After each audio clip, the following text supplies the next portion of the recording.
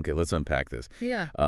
Have you ever found yourself doing everything, right in dating? Like Mhm. being super kind, always supportive, always available, basically the perfect safe choice. Hmm. And then you just watch someone else, maybe someone who seems, I don't know, less agreeable, get the commitment you really wanted. It's such a common, frustrating feeling. Yeah. You're left thinking, why? Why did the nice girls seem to finish last in love? Maybe you got ghosted or heard the classic, I'm not ready, just to see him totally smitten a few weeks later. Right. It feels confusing, unfair even. If that sounds familiar, Yeah. if you feel like you played by all the supposed rules and still ended up, well, puzzled, Yeah, this deep dive is definitely for you. absolutely. And it's a question that honestly touches on so much frustration.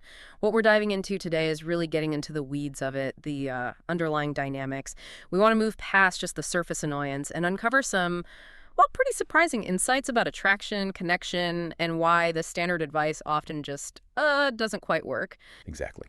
We're going to start by looking at this script, this kind of programming, that many of us, especially women, maybe absorbed growing up about how to be chosen. Mm-hmm. And fair warning, what we dig into might actually flip what you thought you knew about attraction right on its head. It might explain why that very script often backfires when it comes to love. So let's talk about that conditioning first. Think back, for a lot of us, there was this message, maybe subtle, maybe not so Oh, subtle. definitely. Be a good girl. Don't talk back. Be polite. Be likable. It was less about taking up space, more about shrinking, making yourself easy to handle, sort of digestible. Digestible, that's a good word for it, yeah. The idea was that being agreeable, sweet, selfless, that was the path. That was the reward system for being chosen. But here's the twist, right? The kind of counterintuitive part. It really is. The truth is, men don't typically fall deeply in love with the person who just blends in, who Mm. always agrees. They're drawn, often quite powerfully, to someone who makes them feel something significant, someone who stands out, has a presence, speaks her mind. And isn't afraid to say no. Exactly. Isn't afraid to say no. It's about impact, not just niceness. That feels like such a key difference because what gets labeled nice or good often isn't really about genuine kindness, is it? It can be more like fear energy. That's a really insightful way to put it. Fear energy. Yeah, like a fear of rejection deep down. A fear that you're not enough unless you're constantly making other people happy. It's almost like you're auditioning, performing for connection instead of just being. Performing for connection, yes. Operating from that place of insecurity where your actions are mainly driven by needing that external nod, that validation, rather than your own internal compass. It's like you're trying to earn love Hmm. instead of just radiating your own worth and attracting it. Okay, so how does this actually look? Let's make it concrete. Think about Mean Girls. We all know it, right? Caddy Heron versus Regina George. Ah, the classic comparison. Perfect example. When we first meet Caddy, she's so sweet, kind of humble, super nice, like the definition of the harmless girl next door. Yeah. But think about when she actually starts getting noticed, when she gains influence. It's when she stops just being nice and starts tapping into her own confidence, her own power. Precisely. And then you have Regina George. Okay, she's flawed, definitely not trying to win Miss Congeniality. She's assertive, speaks her mind, maybe too much sometimes, but she is undeniably memorable. People kind of orbit her, don't they? Even though she's not actively trying to be liked. Right. She just is. And that contrast tells us something huge. Nice girls are likable, sure, but bold girls, confident girls, they're magnetic. A man might appreciate the nice girl, intellectually, but what he often desires, what pulls him in, is the woman who knows her own value, the woman who knows she's the prize. It activates something different. That magnetism versus likability thing.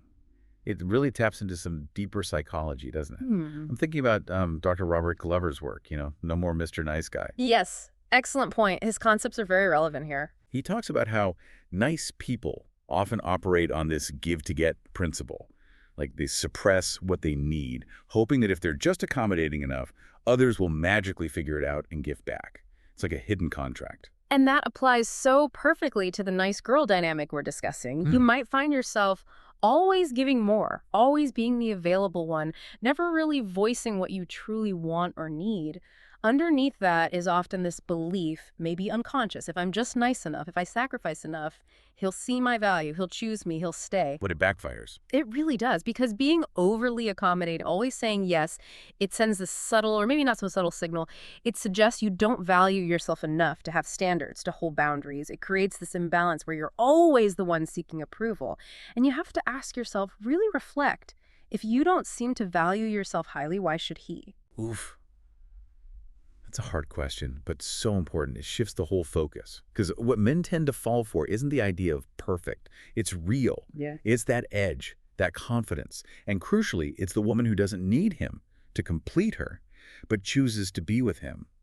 That choice is powerful. That choice, coming from a place of wholeness, changes everything. Which brings us right to something many listeners probably know all too well, the friend zone. Why does being the nice girl so often land you there? Well, think about it. If there's no tension, no polarity. No mystery. Exactly, no mystery. If he knows, you'll always say yes, you'll always be waiting, you'll always be available. Where's the spark? Where's the intrigue? Right. There's no emotional tension. It's comfortable, maybe, but not compelling. Attraction needs a bit of mystery, a little bit of challenge. A woman who always agrees, who is completely predictable. She kind of smooths out all the edges that create that exciting dynamic. There's zero emotional tension. So what creates that tension then, in a healthy way? It's the woman who has boundaries, who holds standards for how she's treated, who carries herself with this quiet, deep self-respect. She becomes unforgettable. Her actions, her energy, they communicate something powerful. I like me. I don't need your approval to feel good about myself. And if you want to be part of my life, these are my terms. Wow. That kind of self-possession, it's rare, and it's incredibly attractive. It's what can shift you from just being the nice girl he likes to the woman he actually can't stop thinking about. Okay, so this is resonating. How does someone listening make this shift? Because it's not about becoming, like, mean or cold. Not at all. That's a huge misconception. It's not about being less kind. It's about being more authentic and respecting yourself more. So practical steps. What does that look like day to day? Okay, well, first, maybe stop apologizing so much, for just taking up space or having an opinion. Oh, that's a big one. The automatic sorry. It is. Also, practice saying what you really want without excessive hedging or fear. Just state your preference, your need. Set boundaries and actually stick to them. Even the small ones. Like maybe saying no to that last-minute request that drains you. Yes. And you don't always need to over-explain why. A simple, that doesn't work for me, is often enough. Practice some emotional detachment, too. Not being cold, but not letting every little thing derail your peace. Exactly. Preserve your energy. And Yeah. maybe the biggest one, truly start seeing yourself as the prize. Internalize that. Feel it. Because you are. Precisely. The goal isn't to stop being kind. It's to stop sacrificing your own truth, your own needs, just to get someone to like you. It all boils down to self-respect. Cultivate that and let it guide you, because here's the fundamental truth we keep coming back to. The woman who truly captures a man's heart and respect isn't necessarily the nicest one in the conventional sense. She's the one who respects herself the most. That really lands, and it makes me think of that famous Marilyn Monroe quote. You know the one. Which one are you thinking of? A wise girl kisses but doesn't love, listens but doesn't believe, and leaves before she is left. Ah, yes, powerful. And it sounds cynical on the surface, maybe, but I think it's really about emotional sovereignty. Owning your emotional experience, your choices. I agree. It's about protecting your heart, maintaining control over your own well-being, not handing your power over. So for anyone listening who started out asking, why do I always finish last? Maybe the deeper question to sit with is, why am I still trying to earn love by abandoning myself? That's the pivot, isn't it? And I really want to leave you with this. You are not too much. You are not inherently hard to love. You might just need to start performing for connection and start standing fully in your own power, your own authentic self. You don't need to be nicer. You don't need to be nicer. You need to be you. And this time, let the world adjust to you.